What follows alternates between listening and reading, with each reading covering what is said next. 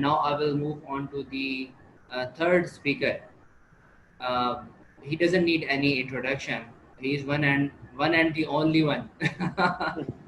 So I'm going to invite Dr. Fawaz Farooq here, and over to you, Dr. Fawaz. Thank you, Asif. Firstly, to be a part of this first webinar related to talks, and hope you will be accompanying us in future as well. Inshallah. Background has already been told that what's the basic setup of TOACS.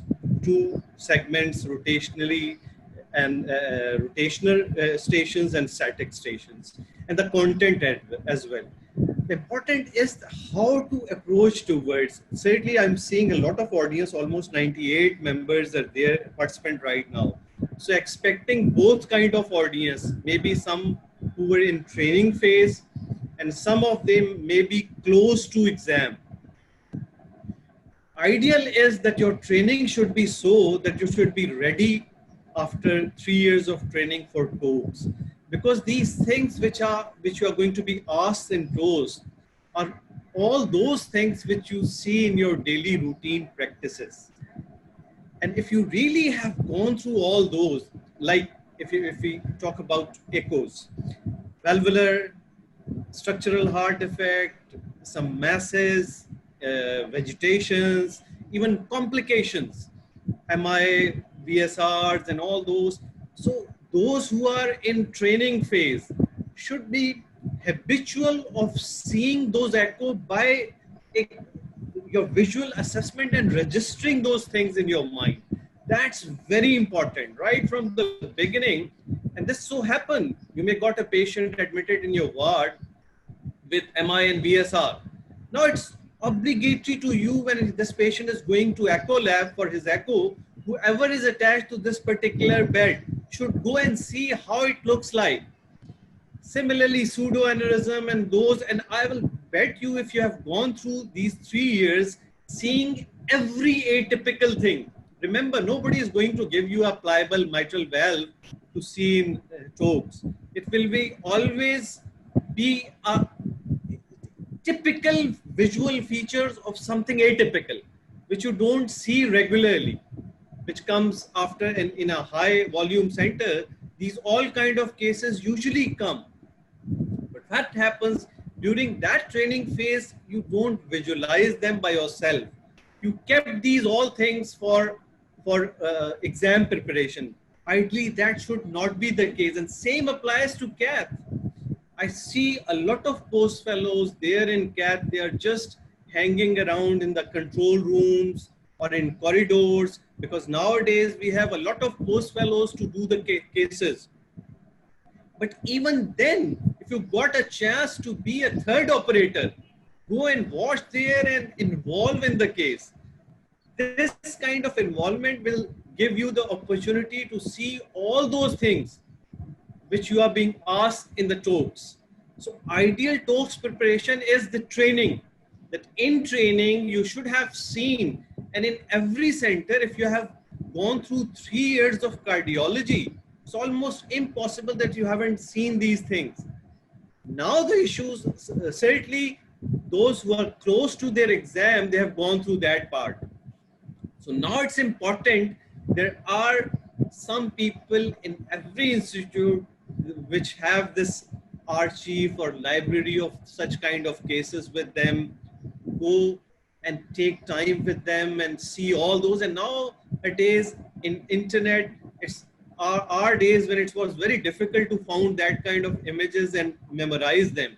Now it's very easy that you can see a lot of from different websites or even different search engines. You can search them. Just make yourself registering, because these all TOACS issues is your knowledge is zero unless and until you have identified right thing in at right time.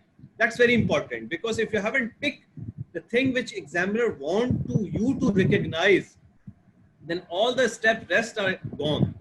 So it's very important. First step for TOACS is that your visual impression is so wide. You have a spectrum that you have seen everything.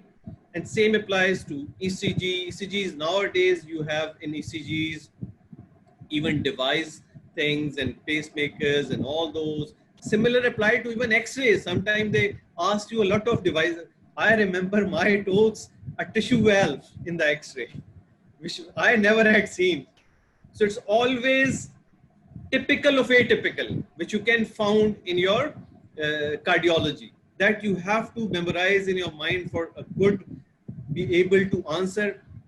Then 2 3 things very important as an examiner. A number of times you people try to answer in detail that go against you, because in the key of TOEFL it's very specific answers. So try to pick what examiners want you to answer, and they are very focused questions. Question number 1, A, B parts, their key is so that there is one word is written. When you write a whole paragraph answering that question, sometimes it's very difficult for the examiner what you want to answer. Are you really focused to that point which was asked or not? So it's very important to be focused during, and that inshallah in future we'll cover specific topic with different faculties focusing on questions, answers. But since this part is just a general overview, and up till now you haven't been asked to really interact, but actually you can pose your question. Hasib will be writing these questions, and after my talk, it's all discussion.